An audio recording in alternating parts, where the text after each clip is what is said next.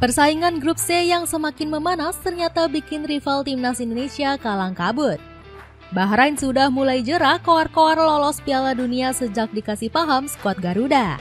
Sementara Arab Saudi juga ketar-ketir di kudeta timnas Indonesia dari peringkat ketiga. Hervé Renard selaku pelatih bahkan enggak mau gembar-gembor meremehkan pasukan Patrick Kluivert. Kabar paling buruk datang dari China yang semakin kacau akibat naturalisasi asal-asalan. Bagaimanakah kekacauan rival grup C yang bisa dimanfaatkan timnas Indonesia? Bahrain mulai putus asa lolos ke Piala Dunia. Asa Bahrain untuk masuk ke Piala Dunia mulai runtuh sejak dikalahkan timnas Indonesia. Skuad Dilmun terpuruk di posisi 5 dengan selisih 3 poin dari skuad Garuda. Hasil buruk ini membungkam koar-koar Dragan Talajik yang optimis Bahrain akan lolos otomatis. Sekarang adalah waktunya kita. Para pemain ini sudah berkualitas selama 3 atau 4 tahun dan saya rasa inilah saatnya. Kami akan membuat seluruh rakyat Bahrain bangga dan lolos ke Piala Dunia. Pelatih kelahiran Sarajevo ini juga terkena karma akibat mengejek timnas Indonesia. Talajik sempat menyindir skuad Garuda sebagai replika dari timnas Belanda. Kalian punya 300 juta penduduk, tapi Anda datangkan pemain dari Belanda. Tapi itu tidak apa-apa, kami menghormati timnas Indonesia, sindir Talajik. Namun mulut besar sang pelatih kini terkunci rapat setelah pulang dengan tangan hampa dari GBK. Bahkan Talajik belum bisa menerima kekalahan dari skuad Garuda. Menurut saya, babak pertama Indonesia sedikit lebih baik dari kami. Babak kedua, kami sedikit lebih baik dan mungkin hasil imbang adalah hasil terbaik. Hasil buruk kontra timnas Indonesia ternyata bikin publik Bahrain kena mental. Media lokal negeri Dilmun mulai putus asa dengan peluang negaranya lolos Piala Dunia. Dengan kekalahan kontra Indonesia, Bahrain kini tersingkir dari persaingan untuk mendapatkan tempat langsung di putaran final Piala Dunia FIFA tahun depan. Posisi 2 besar grup C secara matematis sudah tak mungkin bisa diraih. Anehnya, Talajik justru masih gembar-gembor mimpi besar ini bakal tercapai. Posisi 3 dan 4 terbuka. Indonesia berada di posisi yang sedikit lebih baik dari kami, tetapi mereka harus memainkan satu pertandingan lagi dengan Jepang. Dan itu berarti peluangnya masih terbuka. Arab Saudi penuh tekanan jelang laga kontra Australia. Arab Saudi juga mulai ketar-ketir posisinya bisa kapan saja dikudeta timnas Indonesia. Catatan 4 poin skuad elang di bulan Maret ternyata enggak bikin Hervé Renard merasa aman. Padahal Arab Saudi juga sudah berhasil menahan imbang kekuatan mengerikan Jepang. Renard ogah jumawa karena melihat timnas Indonesia sudah mulai tampil apik di bawah Patrick Kluivert. Sebaliknya, pelatih asal Prancis ini malah memberikan kritikan keras pada anak asuhnya sendiri. Renard belum puas dengan ketajaman lini serang pasukan hijau saat melawan Jepang. Ketika Anda bertandang ke markas Jepang, Anda tidak bisa bermain terbuka, harus sangat berhati-hati karena mereka punya kualitas yang sangat bagus. Saya pikir kami bertahan dengan bagus, tapi saat menyerang kami masih mengecewakan, tegas Renard. Wajar sang pelatih ketar-ketir karena Arab Saudi memang bakal melakoni 2 laga sulit di akhir ronde ketiga. Pertandingan kontra Bahrain bakal berlangsung sengit. Pasukan Dragan Talajik juga sedang mengincar posisi 4 besar di 2 laga sisa. Arab Saudi diprediksi bakal kesulitan melawan Bahrain karena tumbang 2-3 di laga terakhir. Berikutnya, skuad elang akan melawan Australia yang sedang meningkat drastis. Secara head-to-head, skuad Socceroos juga lebih unggul dengan catatan 5 kemenangan dari 11 laga.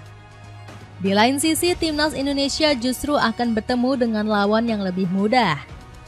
Skuad Garuda akan menjamu China yang saat ini menjadi juru kunci dari grup C. Di laga terakhir, skuad Garuda akan melawat ke markas Jepang yang sudah dipastikan lolos. Hajime Moriyasu selaku pelatih diprediksi bakal bereksperimen melawan timnas Indonesia. Deretan pemain yang jarang tampil diprediksi bakal diberi kesempatan oleh sang pelatih. Sebut saja Ayu Museko, Joel Chima Fujita, hingga Hiroki Sekine. Dapatkan sepatu serbaguna dari Adidas yang terjamin original dan lagi diskon 40%. Buruan check out pakai link di bawah ini. Ruang ganti China semakin kacau. Rival timnas Indonesia lainnya yakni China juga tengah diselimuti berbagai kekacauan.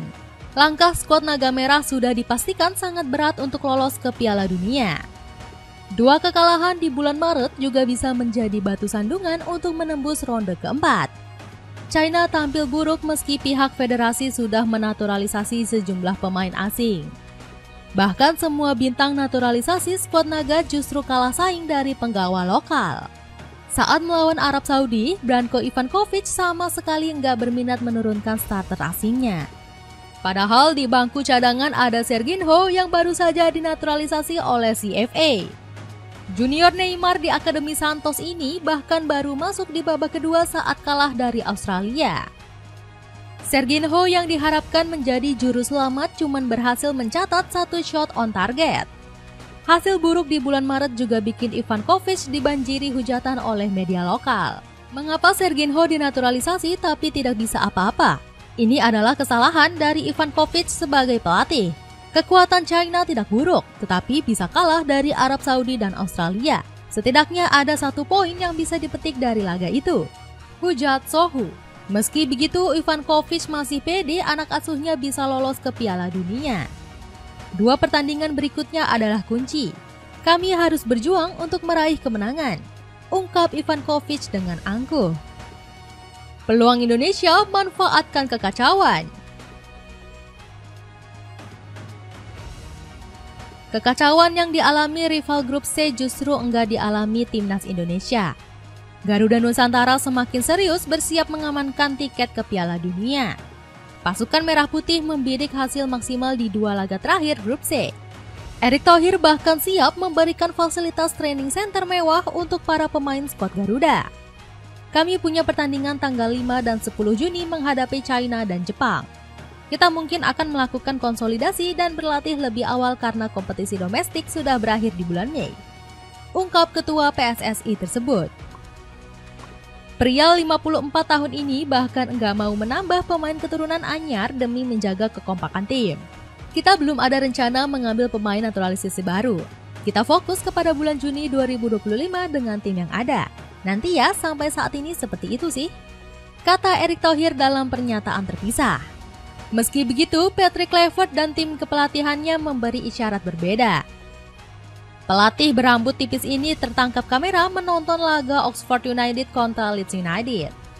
Momen heboh terjadi saat Kluivert duduk berdekatan dengan Pascal Struijk.